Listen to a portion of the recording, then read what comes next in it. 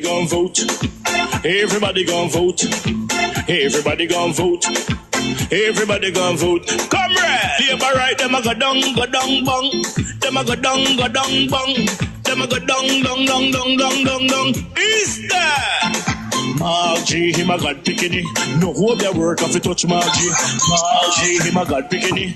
No hope their work if you touch Margie. We now vote for Labour. Orange we a come out in now. If you love the PNP, who no step out for Marky G. Jamaica just come along with we. People time come, people time come, people time is up.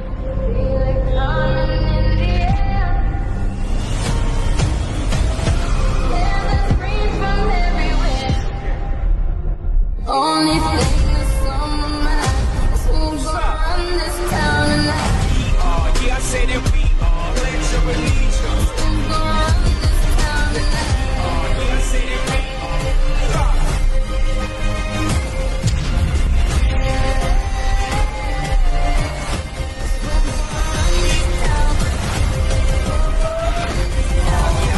We gonna run this town. Condition that it has ever been, because everywhere you go you have your dodge from pothole on the public roads in Jamaica.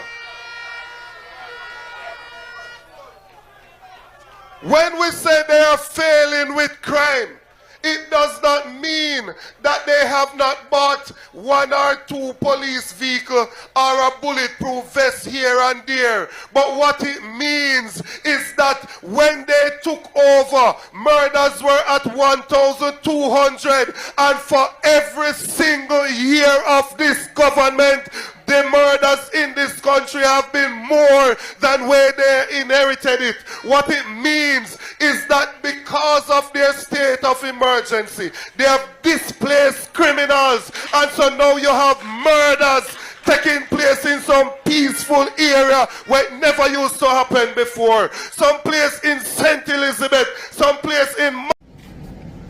There's some amazing people here at this hospital.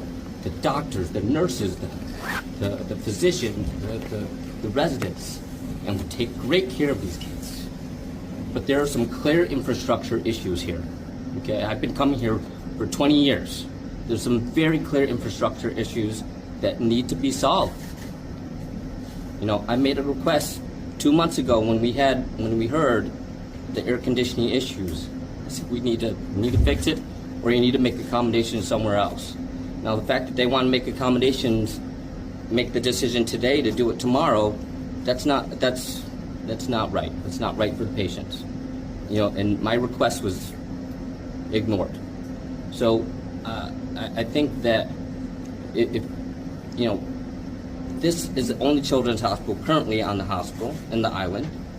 We're probably the most technologically advanced Caribbean island. In healthcare wise, we have to be the gold standard. Our hospitals have to be the gold standard. And we have to, people come from other islands so we can take care of their children, because we know that our healthcare system is good, and we have to maintain that. And so we have to go through the hospitals, make sure you're absolutely correct, the autoclave systems are working. You know, we can only do single instruments now. That's an issue. The air conditionings have to work, and we understand this is an old hospital. There's other things that we need to do to fix it, but these need to be addressed and fixed, and the money needs to go into helping these children. And I come here twice a year. I bring a whole team. We donate thousands of dollars of equipment because we want to help these people. And you guys have to put the infrastructure in place for allow us to do that. It's absolutely necessary. Recently released FinCEN Commission archives have seemingly become fodder for the Jamaica Labour Party's bid for a historic third term. The documents, now available online, chronicle the near collapse of Jamaica's financial sector in the 1990s under the stewardship of the People's National Party. People who are seeking to lead the country now, they benefited when they carried an economic policy called the high interest rate policy, which helped to drive up the debt. I have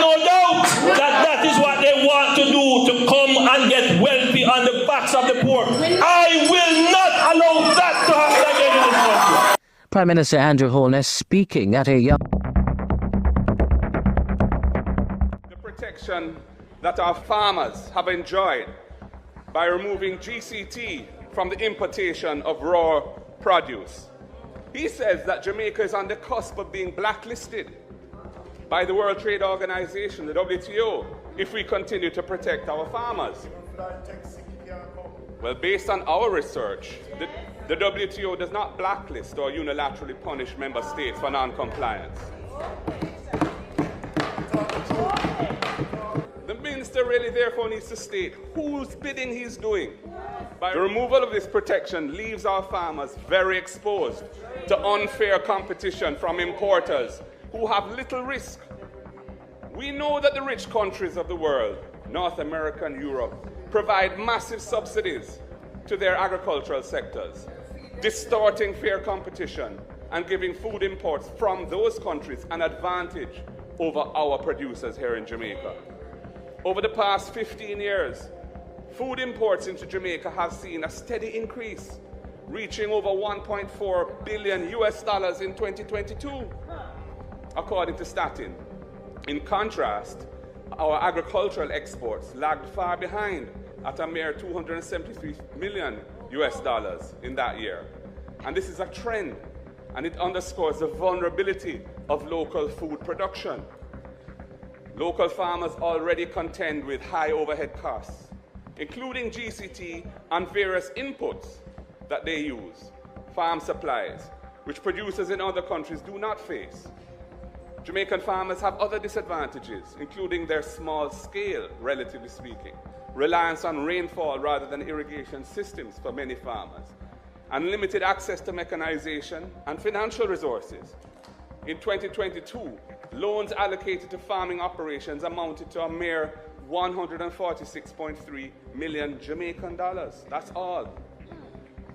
The removal of GCT on imported foodstuff will worsen this imbalance between locally produced and imported foods.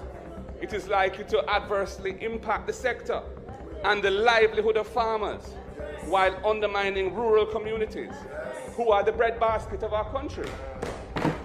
Only last year, we saw how onion farmers in St. Thomas were hurt badly when import permits were granted to importers and flooded the market with foreign onions, leaving our farmers with produce that they could not sell last year.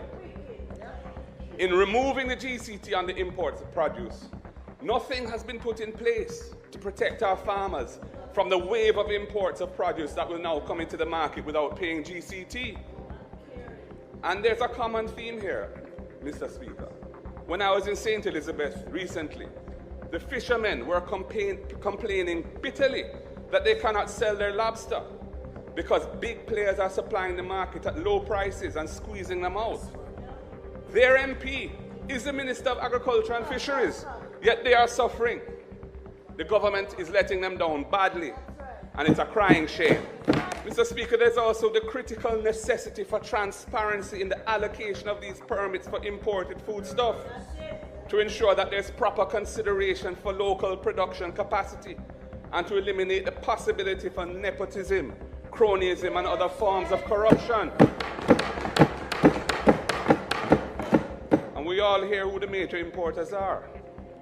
Jamaica Agricultural Society, the JAS, was apparently not consulted before this measure was announced by the minister, which in itself is an egregious example of arrogant and uncaring governance.